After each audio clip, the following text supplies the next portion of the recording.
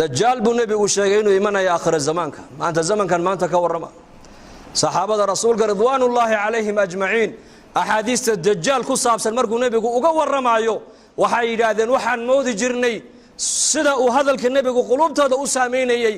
dhirta naga dambaysa inuu dajjal ku jiraan u maleynayna asxaabtu yiraahdeen waa 1400 sano ka hor weeyaan waxaas uu nabigu ka warramayo inagana maanta zamankeena ka warrama كورونا فيروس ما مات عالم كودن وريريو لا هذا الحياه حنون امر الهي كسوده او جند من جنود الله او قفك الهي او تلغل ما ان قف كلا ان ku dhacayn aya caalam koodan labada isku timaada maanta ay ka sheekaysanaysa saxaabaduna 1400 sano ka hor waxay ka sheekaysanayeen dajjal inuu soo socdo marka uu nabigu dajjal uga sheekaynayna bay yiraahdeen waxaan u maleynaynay yaqiinta khabarka nabiga ay u qabaan dhirta naga dambaysa dajjal inuu ku jiraan u maleynayna asxaabtu yiraahdeen dajjal buu nabigu sheegay inuu adduunka dhan marayo janna iyo naar wax u ag buu wataa waxa uu nabigu leeyahay calayhi salaatu wasalaam qofkii isaga rumeeyay raacana waxa jannada u wato ayuu ku tuuraya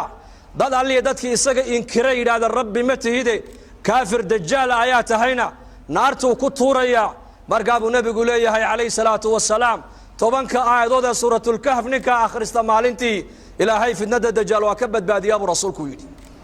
wa fi riwaayatin tobanka dambana nabigu waa sheegay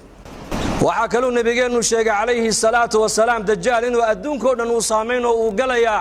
Makka iyo Madiina ma galaya buu rasuulku yidhi wa fi riwaayatin xadiis waxa sheegaysa afar meelood dajjal ma galayo jabal tur بورتي نبي موسى عليه السلام لوغو وحيودي إلهي نبي موسى وكل مناجود مقل يا دجال مكة مقلايو مدينة مقلايو قدسنا مقلايو أبو رسولك المسجد الأقصى الدجال مقلايو لكن شريرين دتك الشركة بدل منافقين تا مكية مدينة دحديدة كلهم من يكونول أيك الدجال بنانك وقبح يا أبو رسولك يريد